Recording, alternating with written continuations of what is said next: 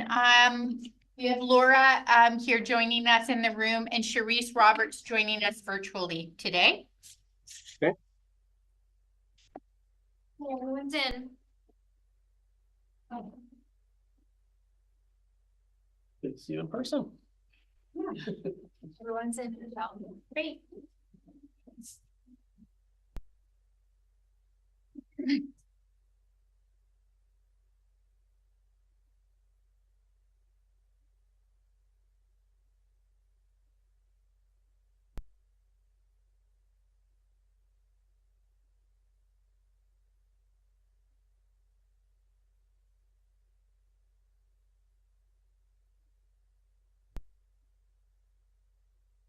All right, it looks like we've reached 10:30.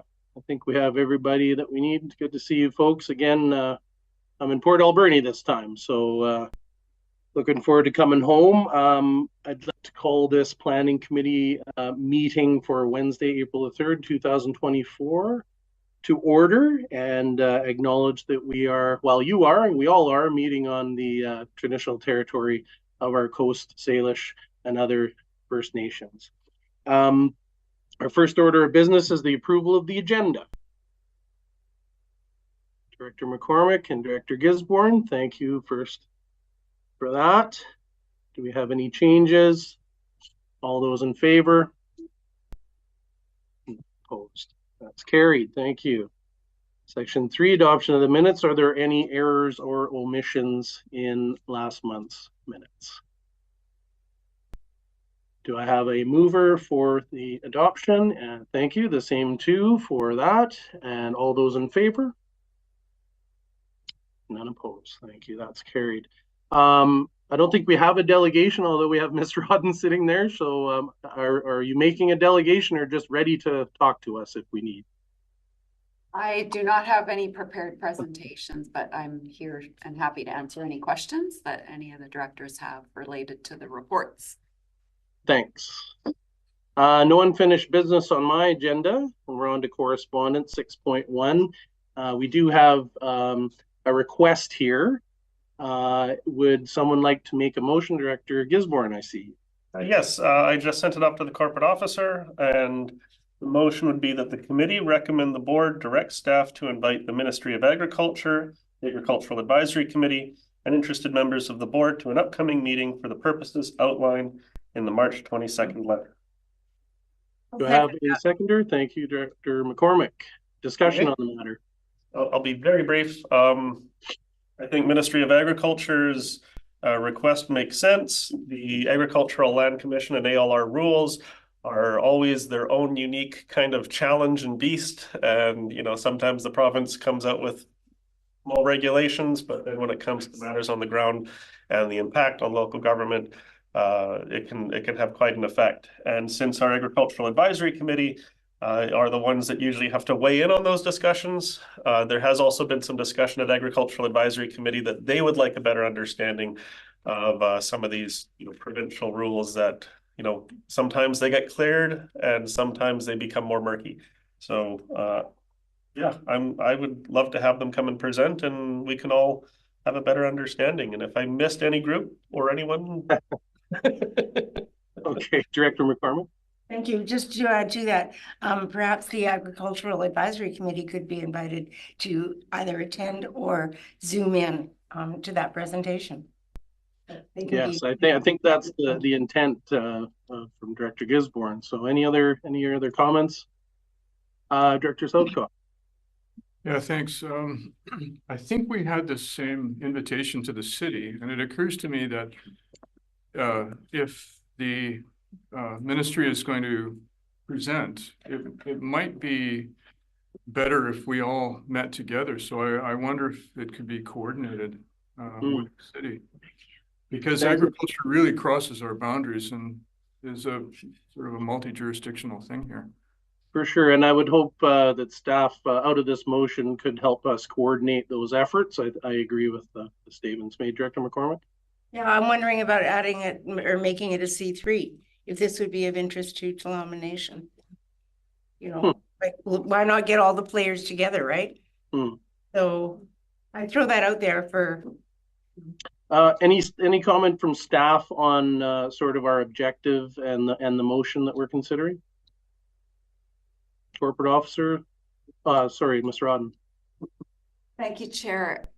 Through the chair, so the committee's aware, I have reached out to the writer of the letter at the Agricultural Land Commission to advise them that it was likely that the board would be interested in a presentation and a Q&A with them.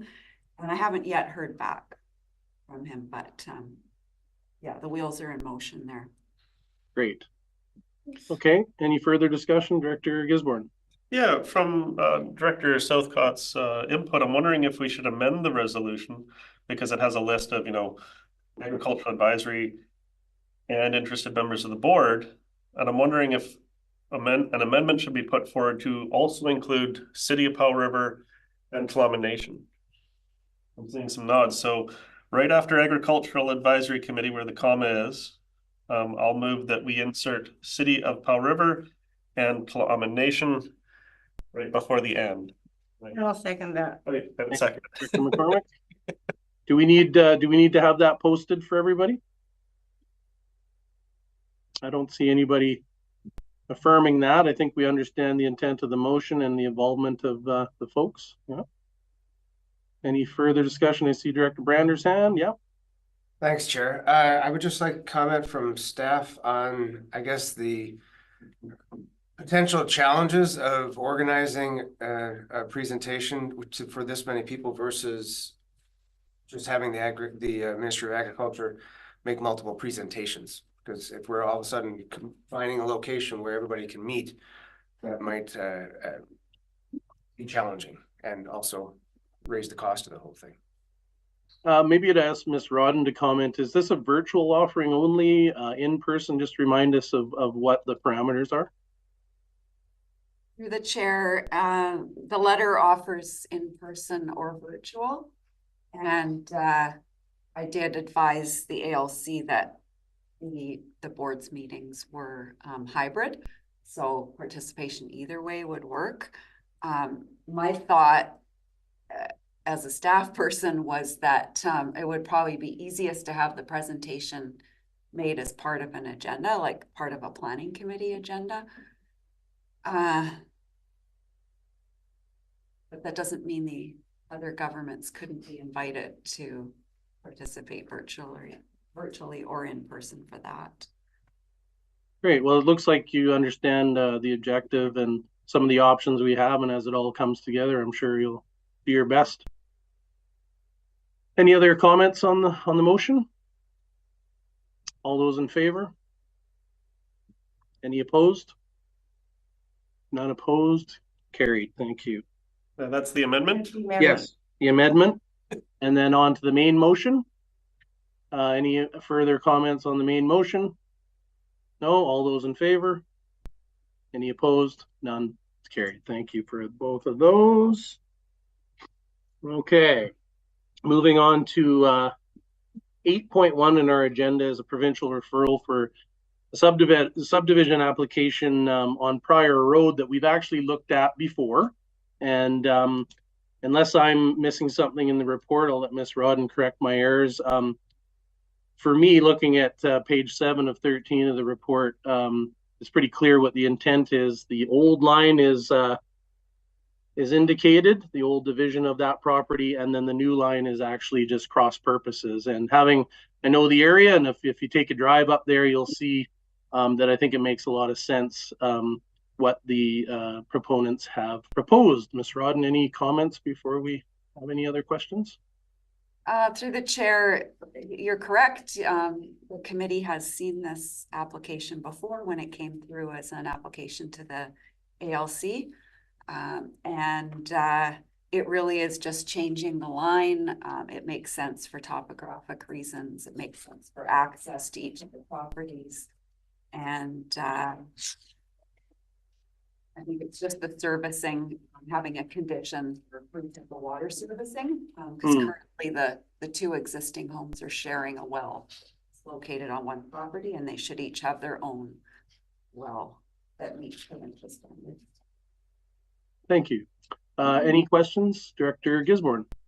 Yeah, this, made me a little nostalgic because it was last year when I read the report.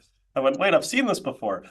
I support the subdivision recommendation application. One of the main reasons is when you're on a farm and you got a fence or a property line, there's kind of like a setback that you kind of follow just out of respect for each other's neighbors. And the current line is quite a long property line. The new change makes it a right angle and actually becomes a shorter property line, which in my experience would mean that you would actually get more usable agricultural space. It's not creating more lots. It's not removing anything from the ALR. Yes, right now there's the 1 well to 2 dwellings. That's a water system.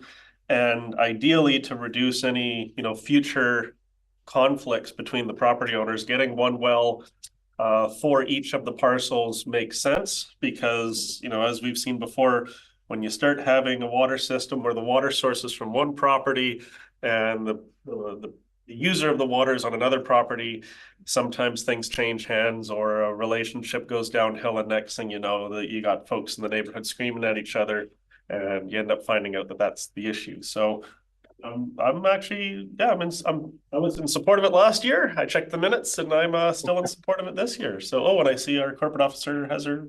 Yeah, and that's for me because we've got into discussion before we had a mover and a seconder on this one. So we got a little ahead of ourselves. Thank you, Director Gisborne. Do we have a seconder for the motion? Thank you, Director McCormick. See, we're just so eager to talk about it, we got ahead of ourselves. So any further comments or questions? Seeing none, we will call the vote. All those in favor? None opposed. Carried. Thank you. Okay, moving on to 8.2, only 113-page report. We have the Texada Island drainage study final report, and I was interested to see the history around this. So we have a recommendation that before us here. Director McCormick. I'll move the recommendation. Thank you. Do we have another a seconder? Yes, Director Gisborne. Thank you. Discussion. Director McCormick. Thank you, Chair. I have a few comments about this report and then 2 questions.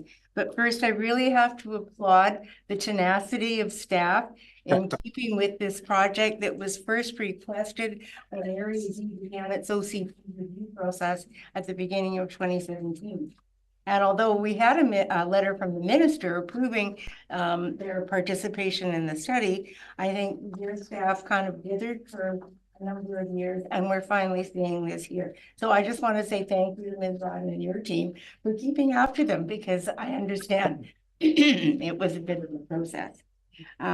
What the report told me is that Texada Island is a hodgepodge of broken culverts, damaged culverts, poorly maintained culverts. They're not cleared of debris. They're not cleared of growth. They're undersized, sometimes submerged cables, and many were identified as being poorly constructed to begin with. Some need replacement, some need to enlarge the carrying capacity, some need to be dug out, cleaned out. It's like, let's fix a hole when it's small and not let it get big. The maintenance on these things is just dreadful. The culverts are not mitigating against a future flooding disaster. They're in fact creating the problem in many places. So I don't know what it takes in the name of asset management to get the province to look after its own property. We've had this discussion around roads, and now it's culverts. Same problem, not maintained. So perhaps this is an issue for UBCM in the fall. My 2 questions. First of all, I don't know, Ms. Rodden, whether you know the answer, but maybe it would be possible to find out. I'm looking at priority number 3, which is the area of Priest Lake. It's on page 5 of the report. Priest Lake Road and Gillies Bay Road. That is an area of the habitat for the western painted turtle. There's the lake on one side of Gillies Bay Road and a lagoon, which is their primary habitat, on the other side of the road. The culvert that connects the two under the road is completely submerged. And I understand and I see that that is on the list of things to be repaired. However, what I'm wondering is that when they're repairing it, if we could request that a turtle tunnel be put in as well, so that the turtles have a way of accessing the lagoon and the lake without, having necessarily to cross the road, which many of them still do to this day.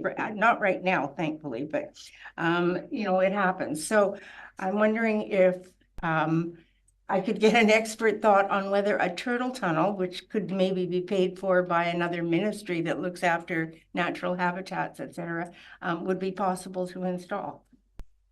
Not an easy question, I know. Through the chair. Thank you. The drainage study, so it was completed for the Ministry of Transportation and Infrastructure. It assesses their infrastructure and puts forward a maintenance plan. So those recommendations are to the ministry. And I think, given it was prepared at our behest or at the board's behest, the board can certainly lobby the ministry for sticking to the timelines and the recommendations. And if there's an interest in a turtle tunnel, I think that would be open to discussion with the ministry. But I can't say for certain what it would add to the costs or what the current recommendation is. Yes, Director McCormick. Thank you. It may be that the consultant didn't look at that option because his mandate was to look at the condition of the culverts, not to protect natural habitat. But it's just that we're right in that area that is so critical for their natural habitat that I'm wondering if another set of eyes, yes, sure, we can take this to government and lobbying, UBCM and all of that, but I'd like to know from the experts or somebody who might know whether this would be appropriate. And I don't know how to get that information. Director McCormick, I did see Mr. Devereaux's hand shoot up for a second there. So, Mr. Devereaux. Thank you, Chair. I just help Ms. Rodden here a little bit. With replacements of culverts like this, the province will have to use the current legislation for installation. So that pipe that is under the road right now does not meet the current legislation, right, for environmental concerns. So that is fish habitat. So it means they would not be able to put in a round culvert. It would have to be what they call an open bottom culvert would have to be installed, which would give it and really there it would end up being a short bridge as such, not a when I say culvert, I mean probably under 6 meters in length, but open bottomed. Mm-hmm. So that fish habitat is good, and it would also have a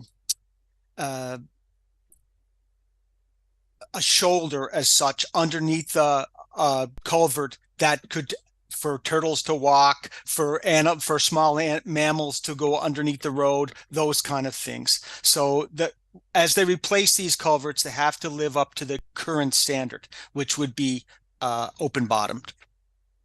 Thank you for that. Very informative, and I think that's what we're aiming at. And we see these turtle crossings periodically out and about, but it'd be nice to get them off the road and under. So appreciate that description. Director McCormick, hopefully that, I see your hand again. Sorry, it's tough to see you guys. I'm sorry. Mr. Devereaux raised a point that I know he has experience with.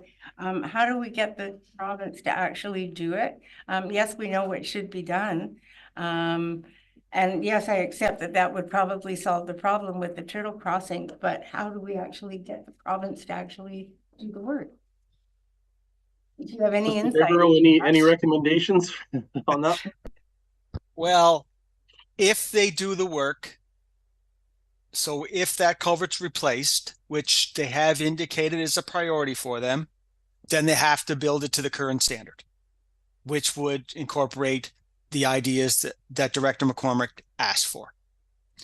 So getting the province to do anything is, we can't make them do anything, but if they decide it's a priority, which they have stated, then doing so it would be done at the current legislation.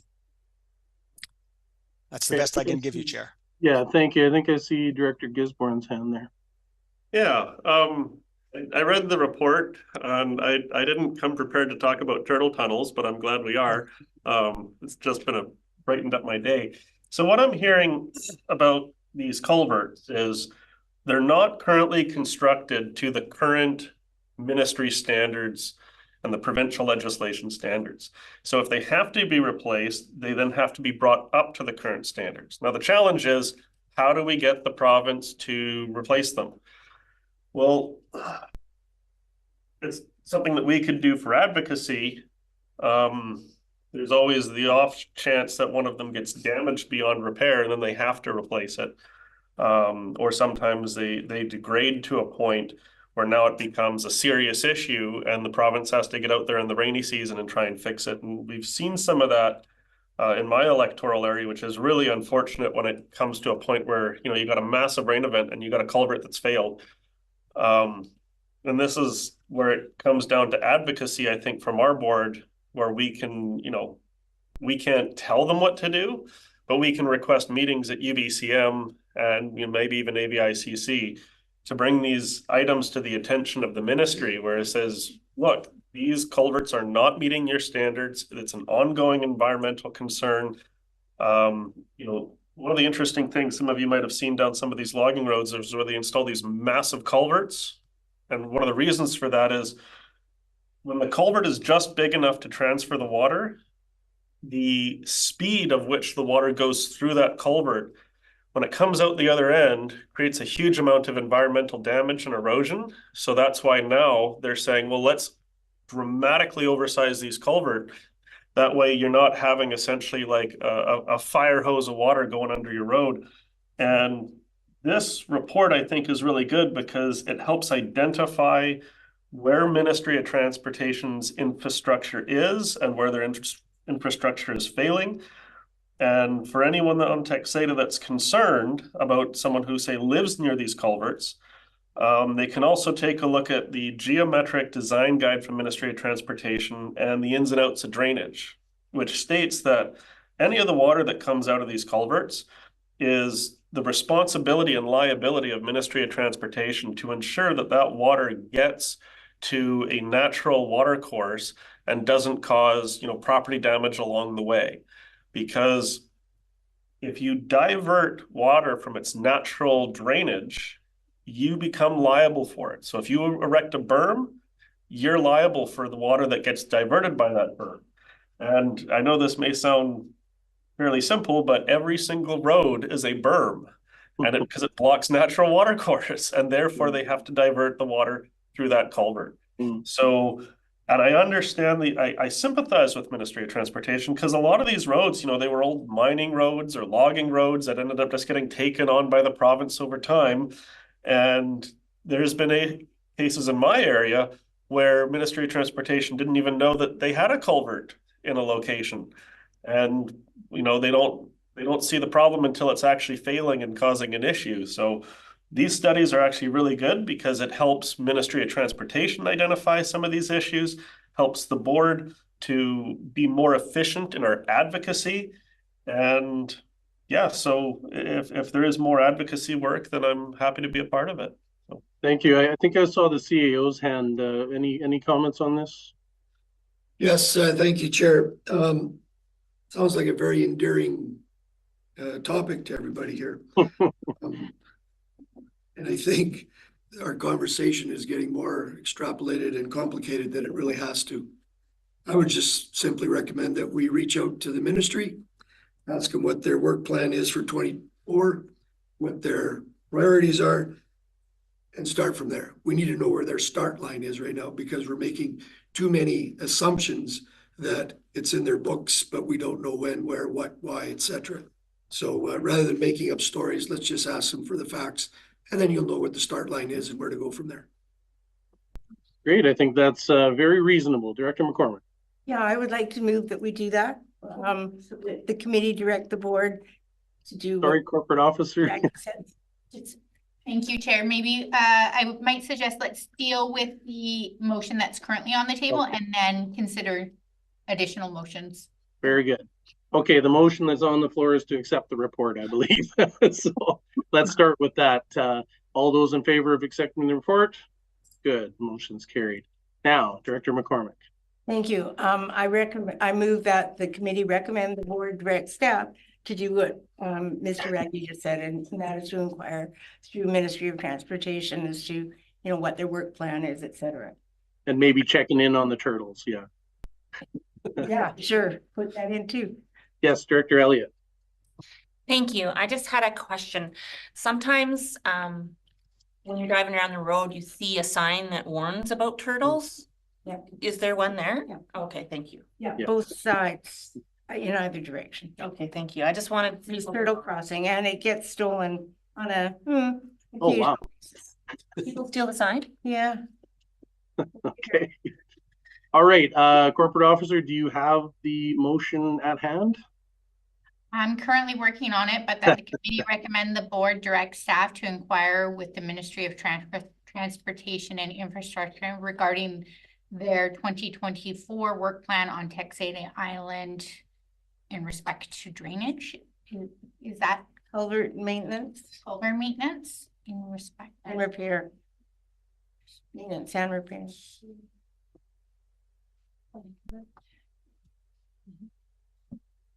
repair? Okay, I think you got that. I got repair and replacement. Fair enough. Okay, Director Gisborne. Yeah, I'm just recalling, some meetings that we had, I think it was last term, where we had directors, there were some municipal councilors and Ministry of Transportation representatives, and we were trying to meet more frequently. I think we had set a goal of quarterly. I think we met twice just because of other concerns.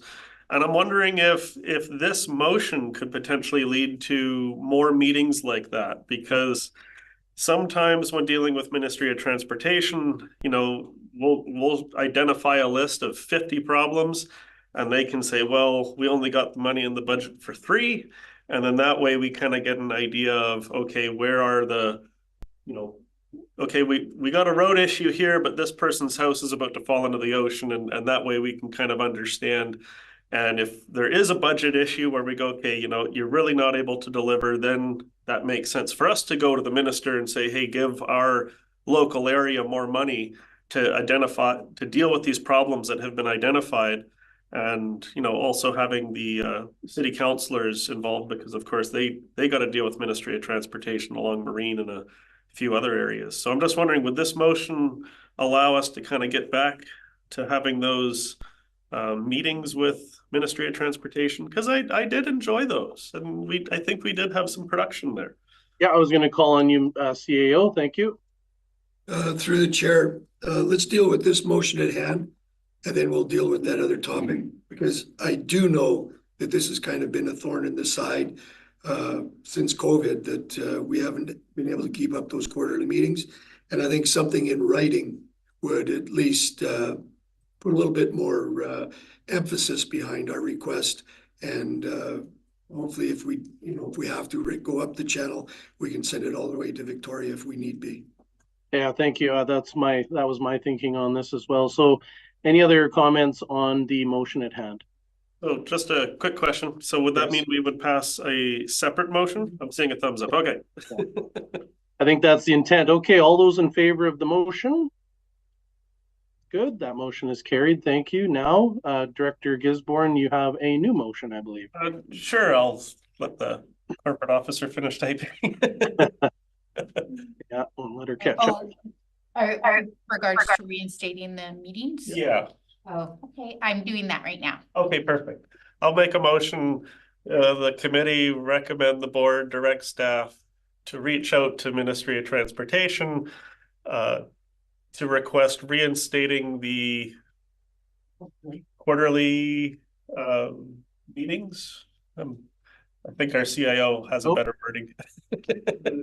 Through the chair, no, I was just going to suggest that we, rather than staff, insert something to the effect that the qathet regional district, right? Yeah, Mm-hmm. yeah, I think that's what I said. And then Director McCormick? Yeah, thank you. To include in that motion, carrying Director Gisborne's thought one step further, as that they were quarterly meetings with local government officials. So I think the local government officials kind of needs to be in there. And by that, I would intend to include Flaman as a government. So if that is acceptable to the mover of the motion, you were just about to say that, weren't you? Yeah. Yeah, I think corporate officer, you understand the intent of the motion there? Yes, I'm typing away. Thank you, Chair. Okay, I want to give you time to get it right there. Just while she's typing, I thought this was a super comprehensive report. Wow, I was surprised at the amount of detail and pictures. It's good to get Area D into the fold. I understand the history around the other areas getting our assessments, and so it's about time, I guess I'd say. I did see there was 6 priority areas, and thank you for identifying the turtle one there, because I've driven past that one and sort of wondered about how that all goes down. And really, for me, it comes to mind your risk in emergencies, right, and moving people from one place to the other, ambulance service, fire, and that when your roads are compromised. Yes, and I agree with the intent of our motions here. I would like to meet with the ministry as well. So, corporate officer, do we have a motion? Thank you, Chair, that the committee recommend to the board that the board write to the Ministry of Transportation and Infrastructure regarding reinstating the quarterly qathet Regional District Nomination and City of Powell River elected officials meeting. Great, sounds perfect. I think that's what I said. Okay, I don't think there's any further discussion necessary. We'll call the question. All those in favor? The motion is carried. Thank you. Good discussion. All right, we're on to 8.3. This is a 3-parter here, so we'll deal with each part, I think, separately. This is the new provincial housing legislation, the effect on the QRD, and the first part of this is to that the report dated April 3rd be entered into the minutes and filed. Pretty straightforward, and you have the report with you. Any So moved. movers? Thank you, Director Gisborne, Director McCormick. You guys are doing good work here. Any discussion on the matter of receiving the report? Director Gisborne first. I saw your hand first. Go ahead. Oh, I'll hand the floor to Director McCormick first. Director McCormick. If that's okay.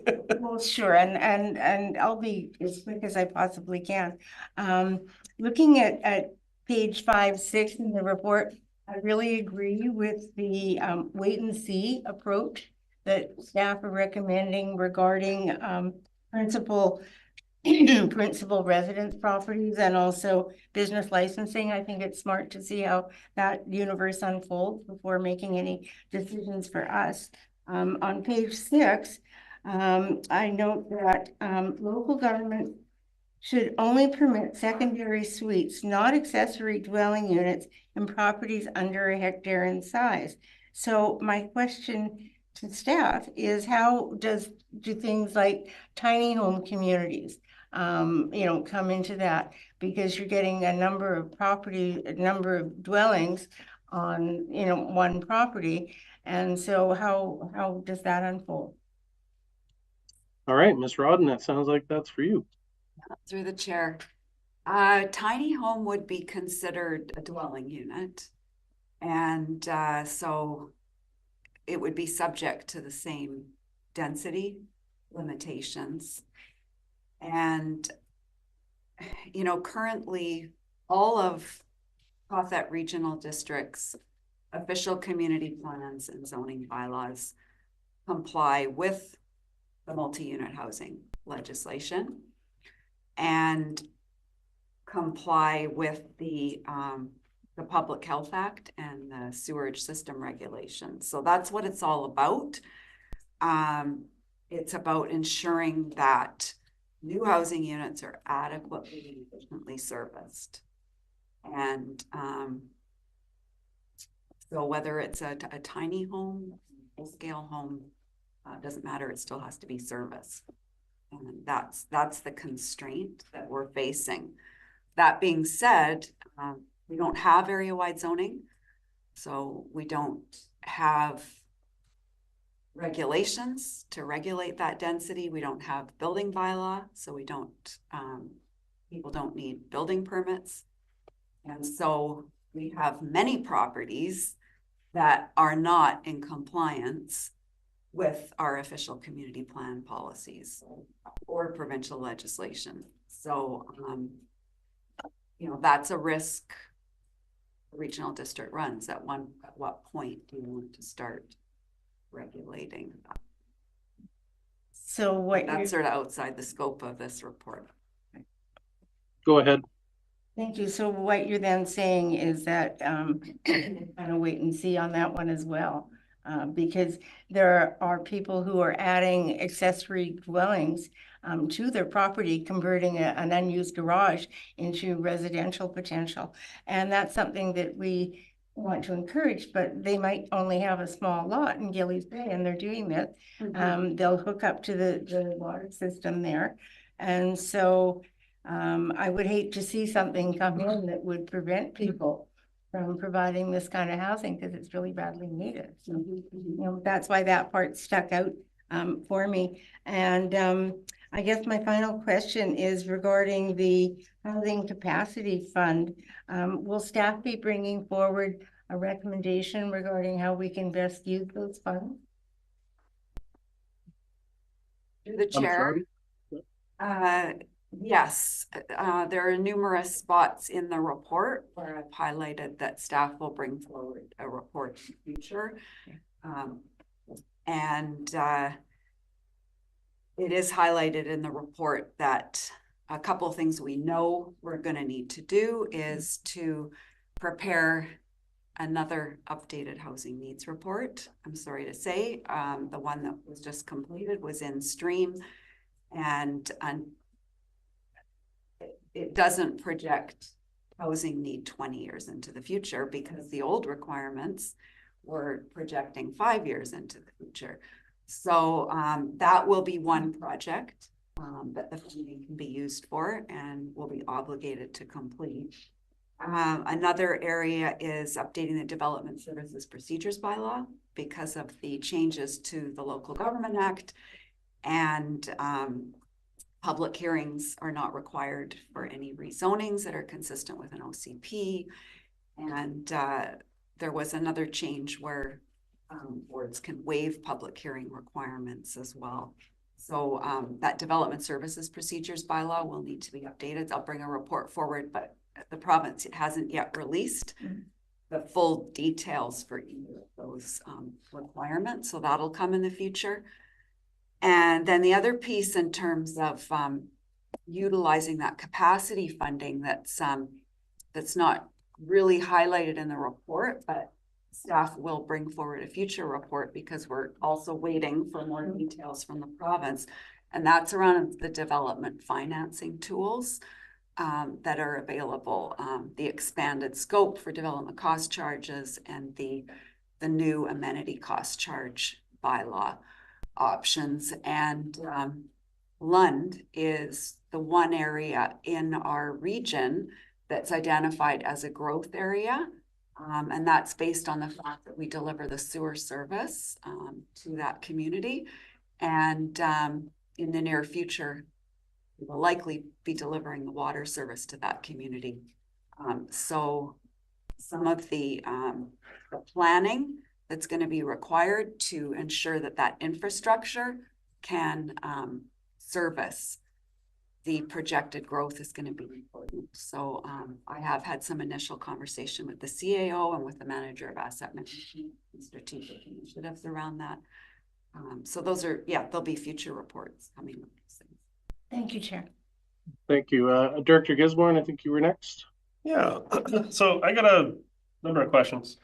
One of the things that you said that I'm a little confused about is when you've got multiple dwelling units on a property, and from my understanding, a dwelling unit can be, you know, a 500 square foot tiny home or a massive 10,000 square foot house. It's a dwelling unit is a dwelling unit according to our OCPs and our zoning bylaws.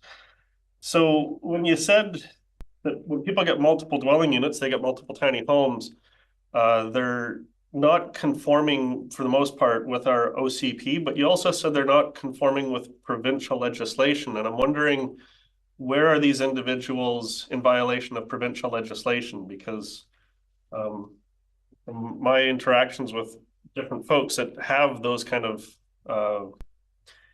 housing lifestyles, they seem to think that they are in compliance with provincial legislation. I'm wondering where there is that confusion. Mr. Rodden? Through the chair, yeah, I would say some are and some aren't. And Vancouver Coastal Health, people are supposed to go through Vancouver Coastal Health if they're hooking up an accessory dwelling unit. They're supposed to have a registered on-site wastewater practitioner if they're going to hook up an accessory dwelling unit onto a septic system. But not everybody does, and there's no provincial compliance and enforcement to make sure that that happens. And so what the province has communicated through all of their webinars and that the BC Ministry of Housing has been facilitating, and myself and my staff have participated in every one of those webinars. And in the I can't remember what it's called, but Planning Institute of BC has initiated this collaborative where they're also rolling out professional networking and educational opportunities for local government staff that are faced with including these new provincial housing obligations. Is that the province, like local government, should not be permitting multiple dwellings without, if you're not delivering a sewer service or a water service, you should not be doing that, because under the Public Health Act and under the sewerage regulation, the practitioners that are installing these septic systems, they only consider the site, the parcel of land. They do not consider the neighborhood and the surrounding neighborhood around there. So if you have people installing septic or putting too many units onto septic systems, or even wastewater practitioners overseeing too many septic systems on individual parcels, that can be contaminating groundwater on surrounding parcels. And so they really are saying that local governments, and we've had this feedback when we've worked through OCP review and updates. That is the consistent feedback we get from Vancouver Coastal Health, is that we should be doing zoning and building bylaws so we can be regulating development. Currently, we cannot regulate development outside zoned areas. So that's why I say it. Yes, some people do, and they do have approved systems, and they have multiple units, but none of our OCPs encourage or even support new multi-unit developments. They only support the ones that were in existence at the time the OCPs were adopted. So that's the issue out there. It's beyond the scope of this report, but that's why I said what I did, is that is the consistent message staff are hearing from the ministry and from the Professional Planning Institute. And I'm advising you that that is the current buzz on the street for rural areas. Okay, well, it sounds like there's also more to come through the education as well. Director Gisborne, your second go here. Yeah. That's interesting to hear, because I've spent the last 2 years working on the farm with professional wastewater installers to put in a new septic system for the farm, working with the Ministry of Health inspectors for my farm, because we're building a commercial kitchen processing facility. It means it must have a water system, and the Ministry of Health inspector says, if you're getting a water system, If you want to hook up additional dwelling units, you can, because you need a water system to do so, but you got to comply with Ministry of Agriculture regulations. So on ALR, you can have a single dwelling unit, 5,000 square feet, and you can have a 950 secondary separate detached dwelling as well, which, you know, you have to have a water system for that. The septic system, we oversized it, and we did that for the purpose that on ALR, you can have up to 10 seasonal hookups for, you know, 10 units, an additional 10 units. So that means on a farm, under very specific conditions, you can have up to 12 units. And I was told that that was okay by the Ministry of Health, by the wastewater installer. And as long as I'm being compliant with the provincial legislation, I'm fairly happy. Interesting thing is, speaking with my neighbors and other folks in Area B, there is actually quite a few properties that have septic systems that are capable of handling multiple units. And as was pointed out in our staff report last month, the size of the septic system and the water consumption that it correlates with it is not based on the number of dwelling units. That's what the septic system installer explained to me, was that, you know, it's not based on, you know, how many dwellings you have. It's based on how big of dwellings you have. So there are some folks that go like, hey, I got an old house. If I tear it down, I can replace that old house with 4 tiny homes on the same size septic system.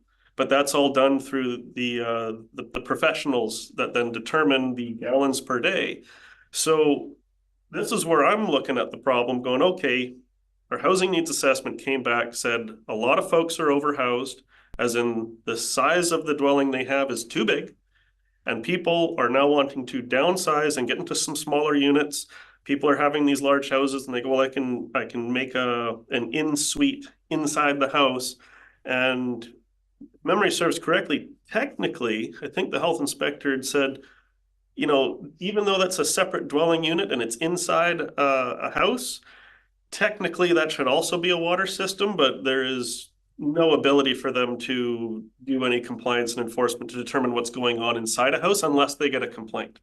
But what I was also told by the health inspector was, if you do have multiple dwelling units and they're separate and you're supposed to be on a water system, and someone calls in with a complaint and says, hey, you know, I think this person is, you know, one water source, multiple dwelling units, the health inspector can go out and issue fines and make the structure condemned, and they do have the authority to do compliance and enforcement on their legislation, which is to protect the groundwater from being contaminated. And that was in last week's staff report, that property owners are responsible and liable to ensure that the water that leaves their septic system does not pose an environmental risk. So one of the interesting things about Bill 44 that's in the report here talks about, you know, what we're not allowed to restrict. We're not allowed to restrict, you know, say, okay, you can only have one dwelling. We have to allow either a secondary suite, or we can choose the option to have the ADU. And there's nothing in the provincial legislation that I saw that says, you know, you can't, you know, allow more than 2 units or allow more than 3 units. And it makes me think of when I was at the Local Government Leadership Academy, I was able to talk to Bill Bullhauser from Young and Anderson, who was a professional planner and spoke about this legislation. And I asked him about this idea that's been floating around this table a number of times, which is floor area ratio, which is very specific to water consumption and sewer consumption. And I referenced what the District of Sechelt did, which is where they got rid of dwelling units per hectare from their OCP and replaced it with a floor area ratio model. And I asked him, you know, how does that work with the provincial legislation? And what he said to me, and I'd love to get him here to present to us one day, he said, the legislation is written in such a way where it says you cannot use your powers to restrict X, or you cannot use your powers to restrict Y. However, if you redefine what your density is, those provincial rules no longer apply to you because you're not using your powers to restrict the number of dwelling units. you're now restricting based on, floor area. And apparently that's one of the reasons why District of Sechelt did what they did. So that way the province couldn't, keep micromanaging, their OCP. It allowed them to regain some control and focus on, placing the limitation on where it seemed appropriate. And since our report last week said septic systems are sized on number of bedrooms and floor area, I'm wondering, wouldn't it make sense for us to kind of go that same route to determine like how big of a septic system or how big of population density or how big of bedrooms would seem appropriate, and then say, there's your limit, play within it. If you want to do a couple of tiny homes, that sounds great, but you can't, cover your whole lot in tiny homes. And, if you want to build a big mansion, you can only go so big because, if you get a 10,000 square foot house, our zoning bylaw, like up on Nootka, says that's one dwelling. And if you put a little tiny home, 500 square feet up on Nootka, that's one dwelling too. It doesn't see the difference. But the septic system between those two structures, well, the 10,000 square foot house is going to have a much bigger septic system than the 500 square foot tiny home. And that's where I think if we are concerned about septic in the rural area, then let's target our approach. Well, and I appreciate the discussion on this, Director Gisborne. I'd like to know more about what the district, what the Sunshine Coast Regional District has done. And I think your suggestion is appropriate to maybe get a presentation, but I see Ms. Rodden's hand there. Go ahead. Through the chair, yeah, I would just like to follow that information up with just some clarity in that that ALR land is not subject to the new provincial housing legislation, and they have made that clear, and that is on page 2 of the report, that these legislative and regular changes do not affect land within the provincially designated agricultural land reserve. The ALR land remains subject to the Agricultural Land Commission Act and Agricultural Land Reserve Use Regulation. So the small scale multi-unit housing, we're talking about land outside the ALR.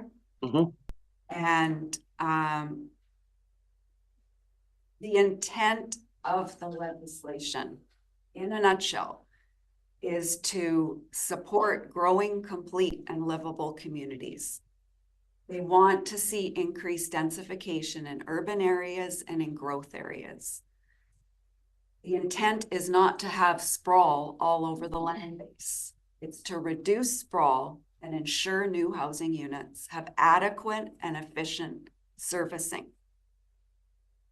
So that is important to keep in mind, because that's the crux of the legislation.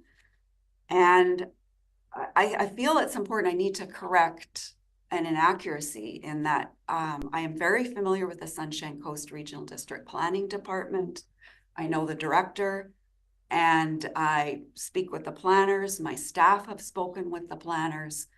Their OCPs range in age from 9 to 26 years old, and they do not include floor area ratio policies. They, like every other OCP and zoning, density is defined by the number of dwellings on a parcel. The new legislation is tied to that. That is the language that planners speak. And if we try to do things in a different way or find a loophole, I don't understand what the objective is in that. I think we need to march in step with the province. The province has put their foot down. These are overarching legislative changes. They've rolled out site standards, policy guidelines, regulations are to come, and we have to follow suit. And I think tinkering with other ways of doing things, I got to be honest, it's a waste of time. And it's a waste of staff time. Already, I would say 50% of planning staff time has gone to understanding the legislation and what it means for this region. And I'm not saying that alone. Planners across the province are saying that. And it's going to take more support to actually implement what the province is saying. Whether it's actually going to result in more homes on the ground, that remains to be seen. It's a lot of paper pushing at this point. There is so much information out there from every law firm, from every planning company, from every planning institute across the province, across the country, that we have to march in step. And yes, Sunshine Coast Regional District is they are planning to do something cutting edge, and that is have a OCP that is overarching, and they have one OCP that brings all of their OCPs together in one, like the Comox Valley Regional District did. And that eliminates a lot of paper pushing. It creates clarity for the development community, the real estate community, because it's the same policy framework across the region. And that is something we could do.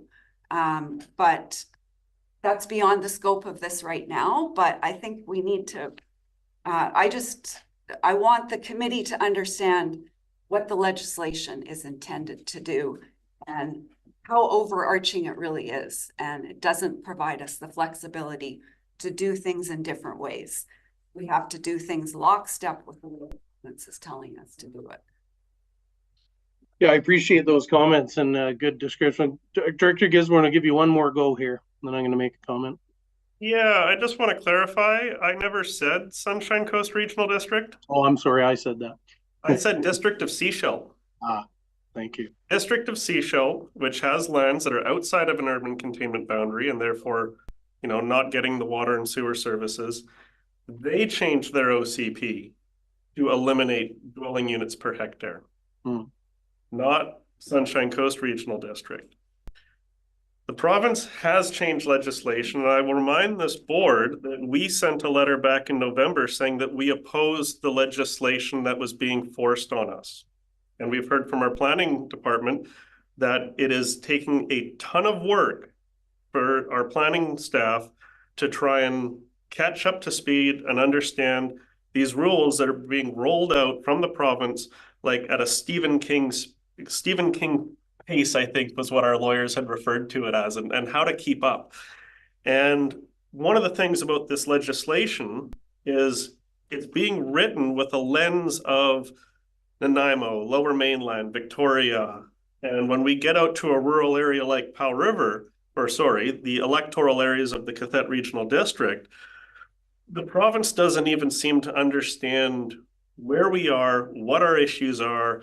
We got a letter back from the Minister of Housing, and they said, well, you know, getting rid of the public hearings, you'll have to have the public hear you every 5 years when you update your OCP.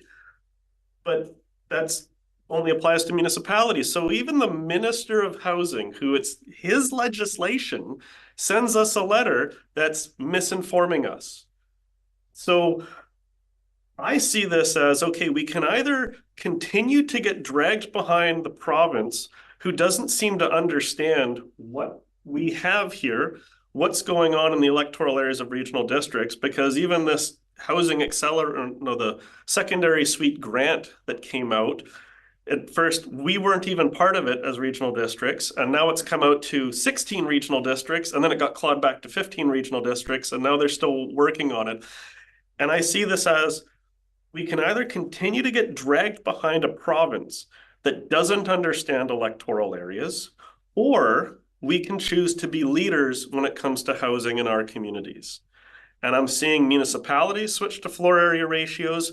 Other jurisdictions around the world have chosen floor area ratios. If our concern around development and density is septic, then let's do the regulations based on those parameters. Because like I've said before, and it's backed up by the staff reports, septic systems are sized by floor area, not the number of dwelling units. So if our concern in the community is the septic and all that kind of runoff, then let's go that route. Because I am tired of getting dragged behind a province that doesn't even seem to understand what a regional district is. And since we haven't adopted blanket zoning and building permits and all that kind of stuff, I think it means that we're in a very good position to be flexible, to try something different. So I'm gonna cut you off there, and I do appreciate your comments. I agree with most of those comments. I think that we're in a position as leaders because of our lack of land use regulation. We're a bit off topic with the report here.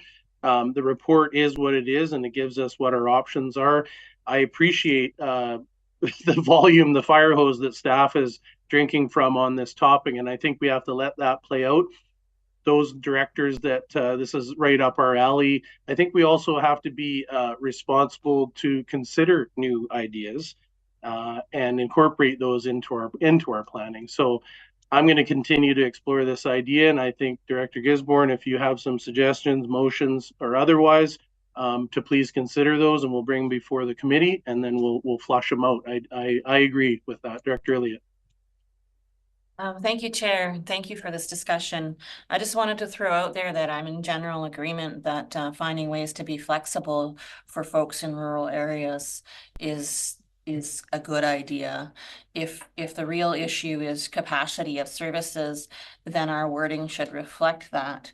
I do understand what Director Gisborne is trying to get at, and I know from living in rural areas, people throw up whatever they need and can tie into whatever they have on a regular basis because they're just handy and they have their own dirt diggers and so forth. I don't know who you're talking about. Yeah.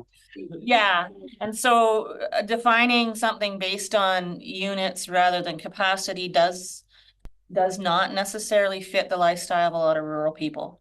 And trying to allow as much flexibility as we can while protecting health, safety, environment is the goal in the end. And so ways we can move in that direction or stay closer to that would obviously be worth the board's time to try and figure that out. I also hear Ms. Rodden saying, you know, that's not what we're doing with this report. But I just wanted to throw my voice in there saying it is important that we figure out ways to allow people the flexibility they need and still take care of what's important. And if people want to live in 2 tiny cabins instead of 1 house and the capacity is the same, I don't see why we should be restricting that. So that would be the end goal would be that whatever it is they're doing works for them and fits within the capacity for health and safety and all of the rest. And I think that's kind of what we need. That's the ball we need to keep our eye on. Thank you. Thank you. Well said. Any other comments from directors? I think we'll call the first part here. So all those in favor of receiving this report? Good. Motion is carried. Thank you. We're on to section 2 here. So the recommendation is to repeal first and second reading of Area A OCP Amendment Bylaw 550/2023 and rescind the following the motion, the resolution that went with that to seek public feedback, according to the comments that Ms. Rodden has made earlier about the new legislation. Do we have a mover? Director Gisborne, Director McCormick, thank you. Discussion?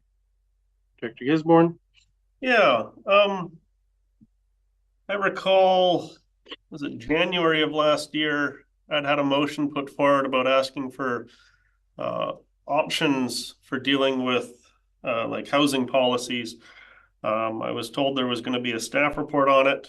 And then May, we got the staff report, which talked about changing the area AOCP, and that's what's before us today, is rescinding that. And I'm a little hazy on some of that discussion because it was about a year ago, but I took a look at some of the things. And I know Area B was on the list, but we voted it down at that point. And memory serves that when we talked about Area A, the purpose of the OCP amendment bylaw was to ensure that secondary suites would be allowed throughout Area A, and that was the reason why this change was being put forward. But this is where I'm kind of confused, because in the previous report, it said that Area A is compliant with the legislation and already allows secondary suites. So now we're looking to rescind those motions. So I'm kind of wondering if we had gone through all of this and changed the area AOCP as we were starting to do last May, what would it have actually done? Like, because if it already allows secondary suites and we were changing it to allow secondary suites, then I'm just wondering, like, why? I'm confused now. Okay, I think that's Ms. Rodden. Through the chair. The previous directive, I mean, it dates back to 2022, and it followed on the heels of the regional housing needs report and the Let's Talk Land Use engagement and I believe it was the random road zoning bylaw process, where we were hearing from the community, you know, around the desire for the ability to have an accessory dwelling unit, right? And then, so what it led to was staff did a review, and there were inconsistencies between the electoral areas in terms of policy directives and statements. And we had just completed a year, within a year of the area OCP, Texada Island OCP being adopted. So we were comparing them all.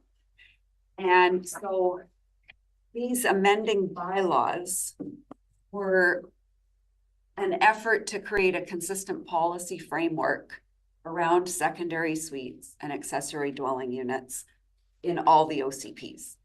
And D didn't require any changes, A, B, and C did.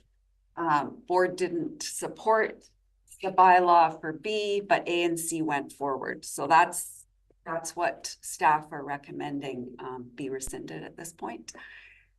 Because, and the staff have done a review on pages 12 to pages 12 to 15. There's a matrix that summarizes all the residential designations and zones by electoral area. And secondary suites are supported in every residential area, in every electoral area, which makes our bylaws consistent with the provincial legislation. In addition to that, accessory dwelling units are supported in every residential area, in every electoral area, depending on the size of the parcel and subject to proof of water and sewer servicing. So qathet regional district bylaws definitely are in compliance with the provincial legislation. And the amending bylaws make sense if it is going to truly be region-wide. But it's not, because B is left out. And it's also,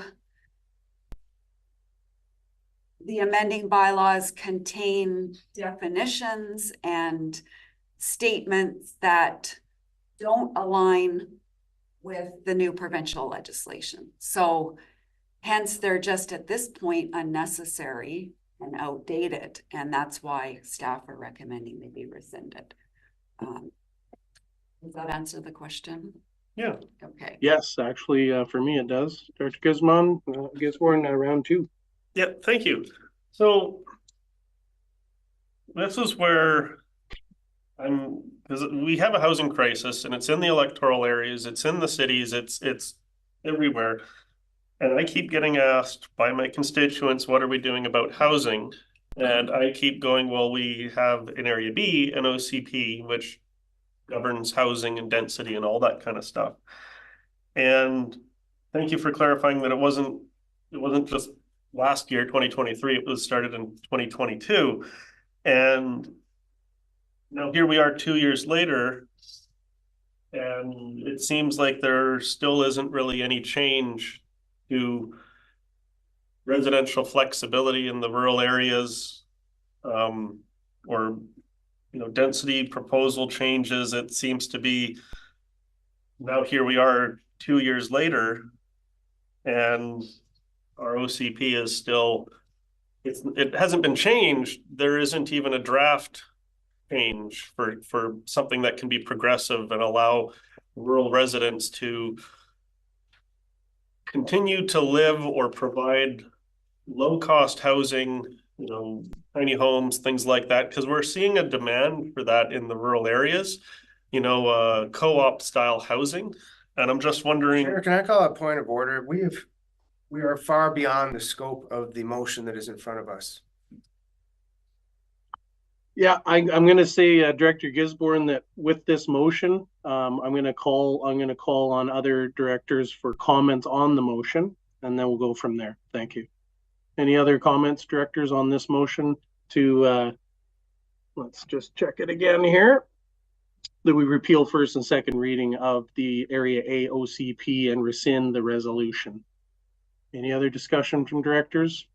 For me, I think the description by Ms. Rodden made sense, and I don't want to waste effort, time, and money on things that are unnecessary. I think it's more clear now, and we'll continue working on these other potential solutions in other avenues. So I'm prepared to call the question on section 2. All those in favor? None opposed. Thank you. Motion is carried. We're going to move to section 3. It's the same intent, except for area C. Is there any need for me to read this out for folks? No. Moved. Okay. Seconder. Do we have a seconder? Director Brander. Thank you. Discussion. Any other directors besides Director Gisborne want to comment on this one? Okay. No. Director Gisborne. Yeah, I'm just, after 2 years, I'm just wondering what we as a committee and we as a board have to show when it comes to our strategic plan of, like, I don't want to waste any more time on this, but I'm seeing what's in front of us is that we are rescinding, which I'm in favor of. But what that is an indicator is, okay, we spent a lot of time on this and directed staff, and now here we are with, okay, we're essentially back to 2 years ago. Yeah. And I appreciate that, but I think for me, hindsight's 2020, and I've learned a lot since the beginning of this. And I'm totally willing to work with all directors on the board on future solutions as you've identified. So appreciate your comments. So any other, Director McCormick? Just to follow up, perhaps the province should do a better job of alerting staff to significant changes like this to make this action unnecessary. Good point. Yes. So all things come back to the province usually around here, eh? Sorry, that's my inside voice. Any other comments? Seeing none, we'll call the question here. All those in favor? Okay, motion is carried. Thank you. So we're on to 8.4. This is also a 3-pointer.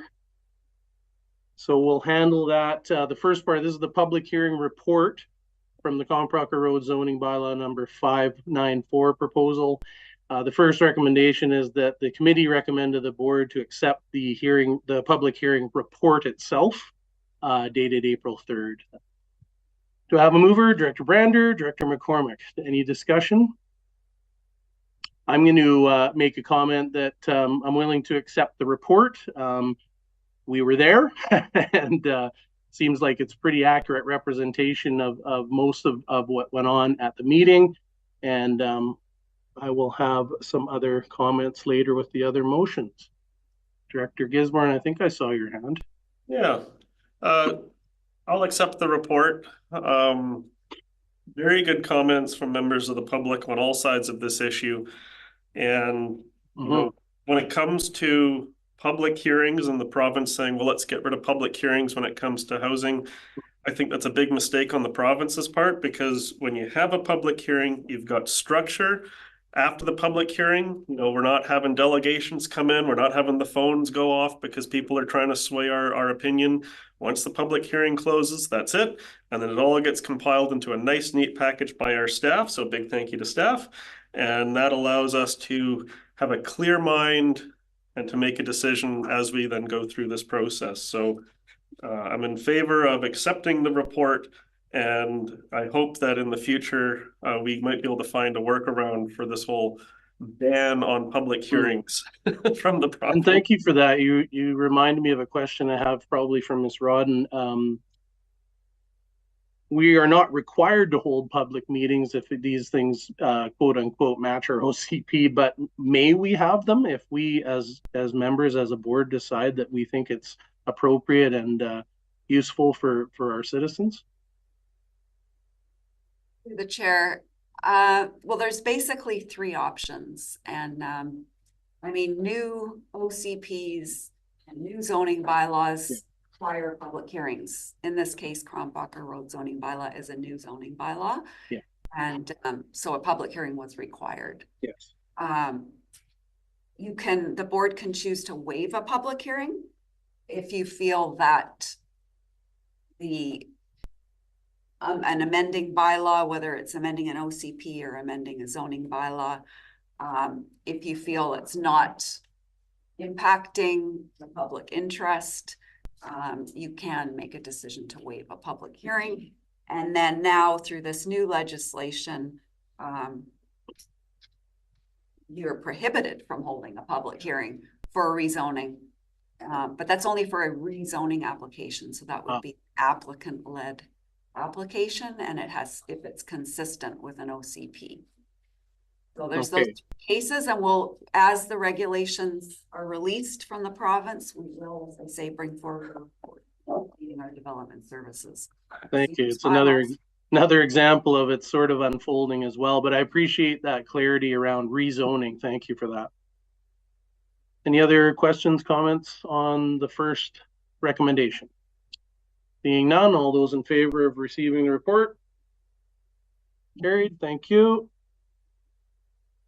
Section 2, the committee recommends to the board that the board endorse the proposed minor amendment to Krompocker Road zoning bylaw 594, and it's to revise the definition for agriculture to ensure it's accurate according to the provincial ALR use regulations. Director Gisborne moving. Thank you. Any seconder? Director Brander, thank you. Discussion? Director Gisborne? Yeah, as one of the agricultural voices around the table, I support the change because the previous one was, I think it was section 2 of the agricultural land use regulation, and it's just being replaced with agricultural land use regulation to just make it say, hey, the zoning bylaw or proposed zoning bylaw conforms with the entirety of the agricultural land use regulation. And I think it just helps create clarity. So big thank you to staff for that. I think it's a minor change. I don't think it then means we have to go back to public hearing or anything like that. So it's a simple change. Happy with it. Thanks, Chair. Thank you. Just a quick question for Ms. Rodden. So part 2, why did we remove the reference to part 2? Is it a little too prescriptive and restrictive, or maybe I'll let you answer, not me? Yeah, through the chair. Actually, this was flagged to us by the Agricultural Land Commission because in developing a zoning bylaw, the bylaw must be reviewed to the Agricultural Land Commission for review prior to third reading and adoption. And it was pointed out that that was an old reference that is great, not current. So simple as that. Thank you very much. Any other discussion? All those in favor of point number 2? Motion is carried. Thank you. So we're on to number 3 here. There's a recommendation to the board that the board give third reading and final adoption of Krompocker Road zoning bylaw number 594. You have the report with you. Director McCormick, you're moving that. Do you have a seconder? Director Brander, thank you. I'm going to take the liberty, folks, of speaking on this since obviously I'm deeply involved and it's in my area. I guess, first of all, I'm going to say I'm going to vote in opposition to this recommendation. And we're going to, that might surprise a few people. I've inherited this zoning application sort of in the process as I took on the role and really had to learn about the process and understand the proponents, the opponents, and all the factors. I've taken the time to understand those issues, spoken with a lot of people on this, on both sides, and I've reminded myself to keep an open mind as these elements have occurred. The 2 public engagement sessions and the many discussions and emails have helped me to make my decision, and I guess I'd say a decision either way is going to make half the people are okay with it and the other people not so much. I do respect and empathize with all the property owners on Krompocker Road. They're speaking up for what they believe in, what they care about, and that's life on Krompocker Road. And so, both proponents and opponents are very clear about how much they care for the area, as I do. Deciding on rural mixed use land use designations is what we're talking about. And the area residents recently in our land use survey were very clear that they understood the reasons behind it, didn't desire any increased regulation in general in the area. And approximately half of the current property owners expressed this desire. So that, to me, isn't really a resounding, overwhelming call for change. We could talk about section 2.2, 11.2 about the policy, how it speaks to the balance between area businesses and properties and the performance objectives. And I really do support that balance and the ability for people to do what they need to do, not just want to do, but need to do with their land, but still balancing that with their neighborhood. The proposed bylaw appears to only apply to properties under 2 hectares. So that sort of creates a have and have not situation potentially. Can I ask Ms. Rodden, how many properties are under 2.0 hectares in the 17 properties? Through the chair, the bylaw applies to every property within the zoning area.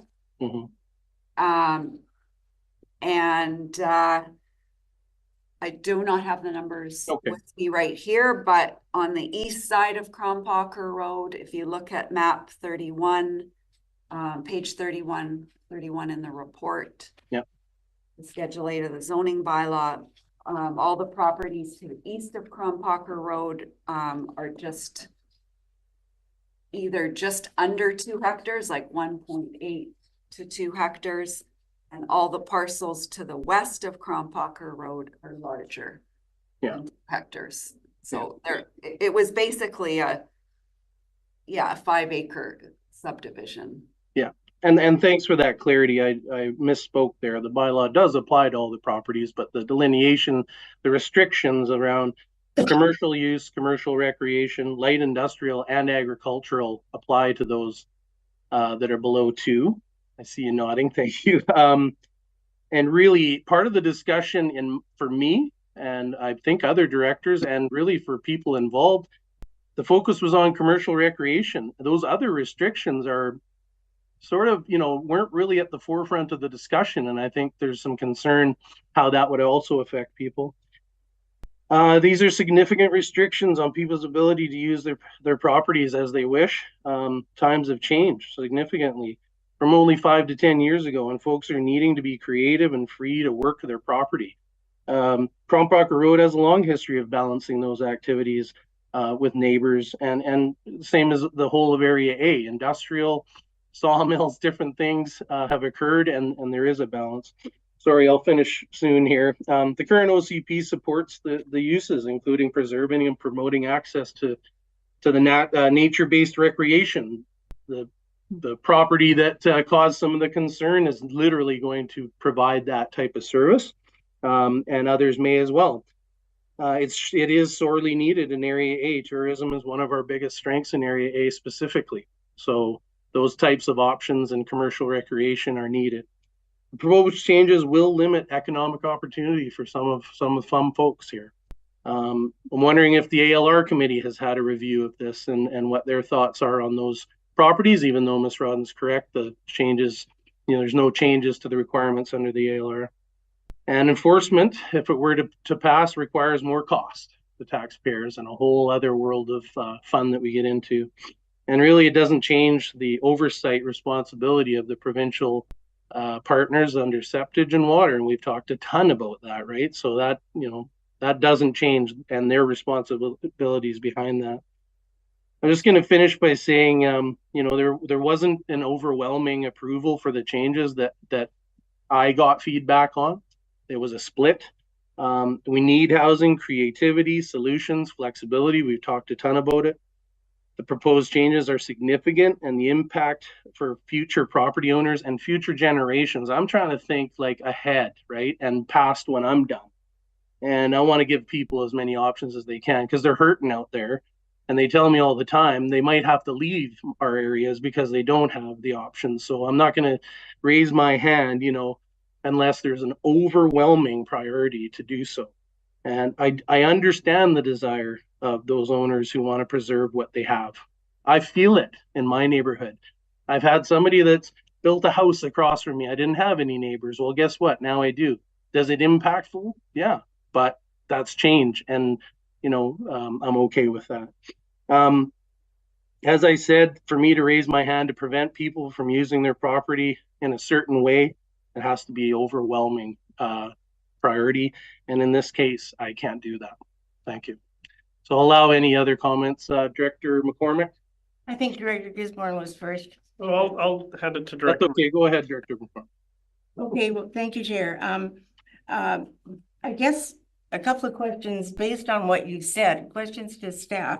And first of all, I think it behooves all of us to listen to the area director when something is from our own area, because we're all responsible for being the mouthpiece of the people of that area.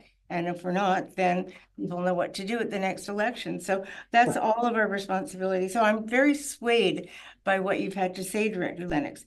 My question to staff is, anyone that is currently doing something that would not be allowed, is that considered a legal non-conforming use because it was already in effect? And subsequent question is, we've already, recommending the board endorse the amendments to the bylaw. And what happens when we've done that if we then don't endorse making the change to the bylaw? Two-part question, non-conforming use, and what happens if we pass 2 and not 3? Ms. Rodden? Okay,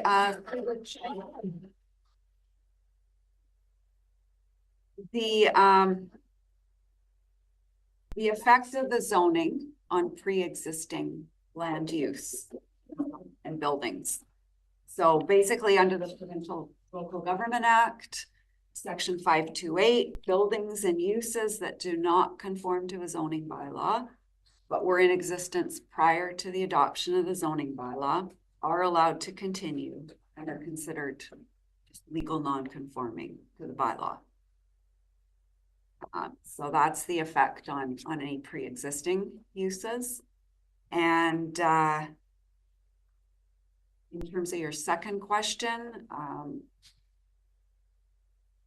I don't think it matters if the committee has endorsed the second recommendation and the third.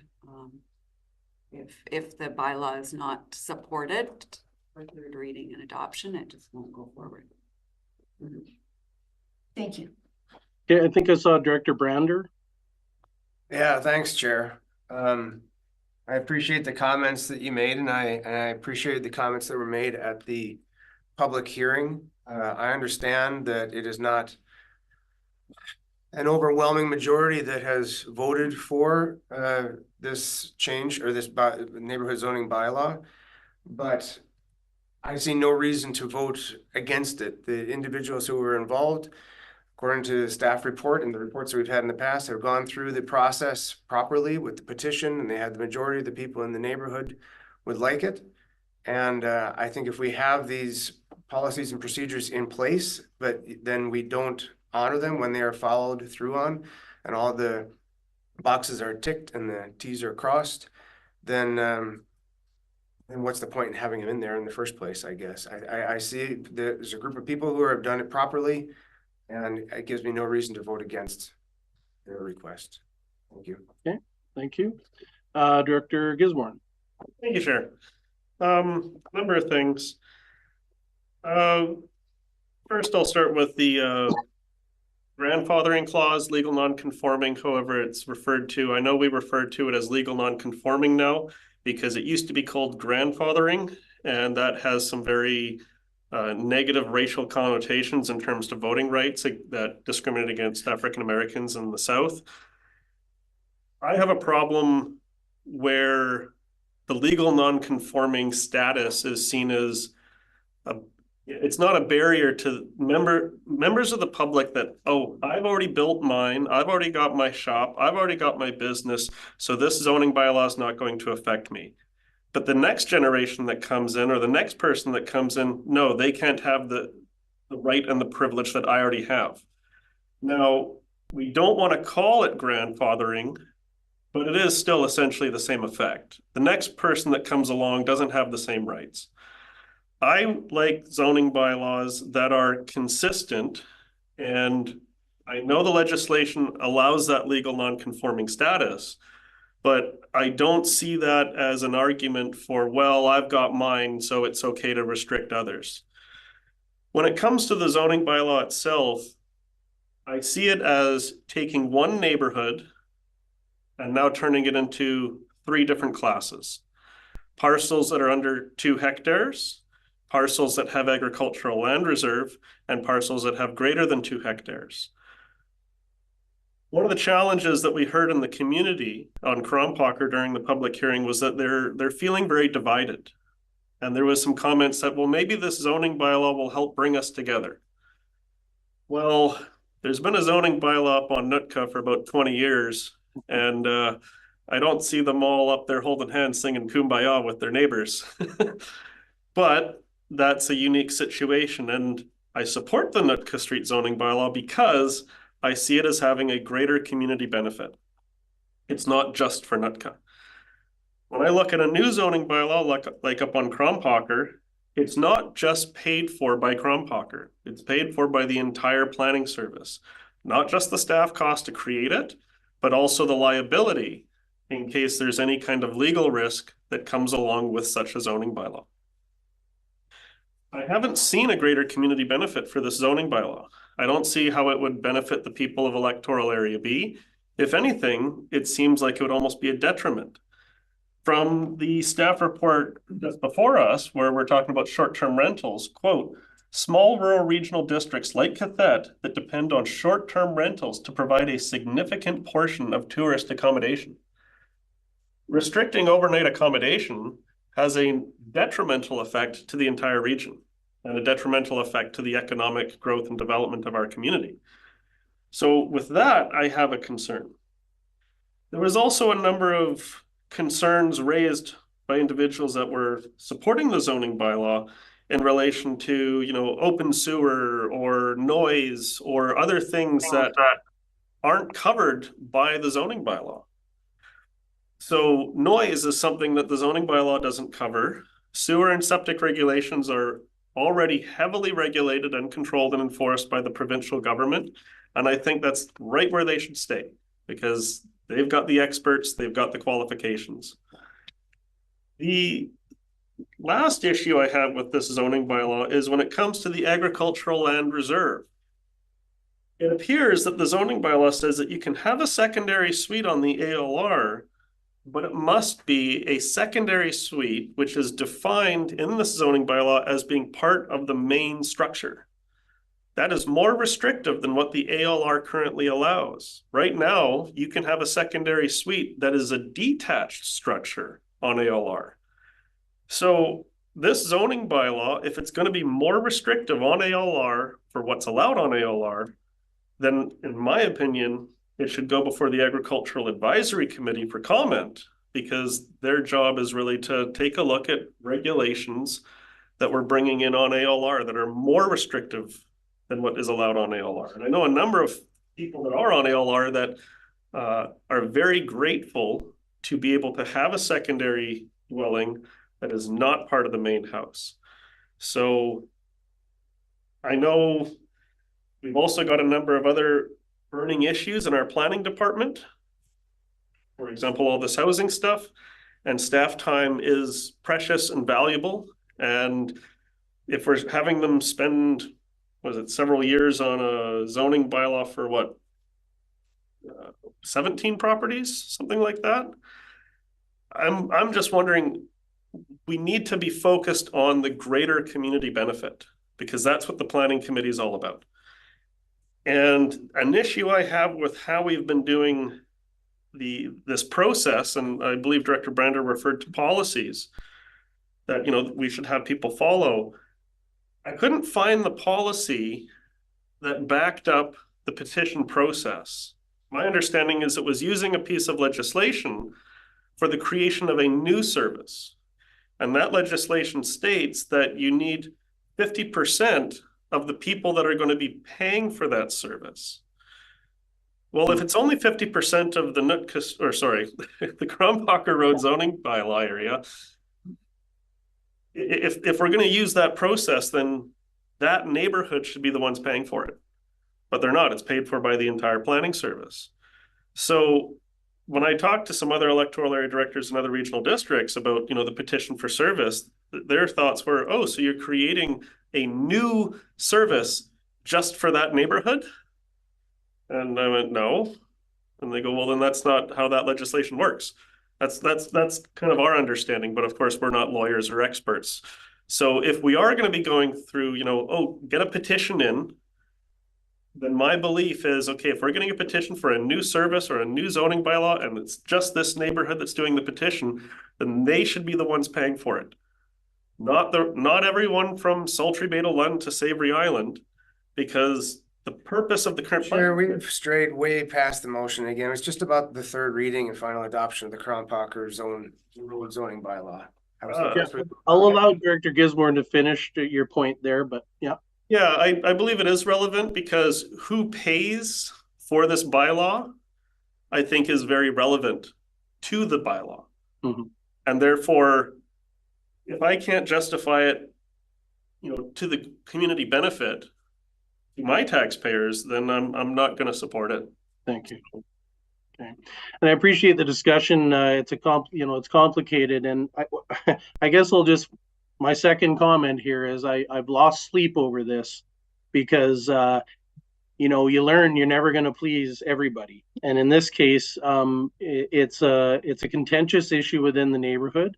And to Director Brander's comments, we have a procedure, and part of the procedure is listening, participating, and making a judgment after the process has completed. And in this case, I can't support the motion as it stands. Thank you. So seeing no further hands, I'm going to call the motion. All those in favor of the recommendation. Director Brander, all those opposed? 3 opposed. Thank you. Just checking my notes here from staff. Thank you. Okay. Just checking my agenda here. I don't see any new business. Anyone have any new business they didn't mention?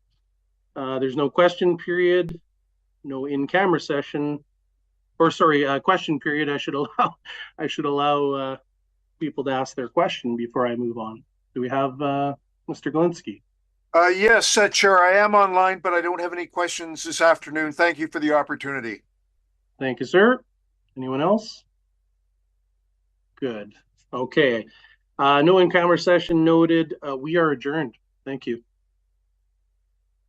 Thank you, Jason.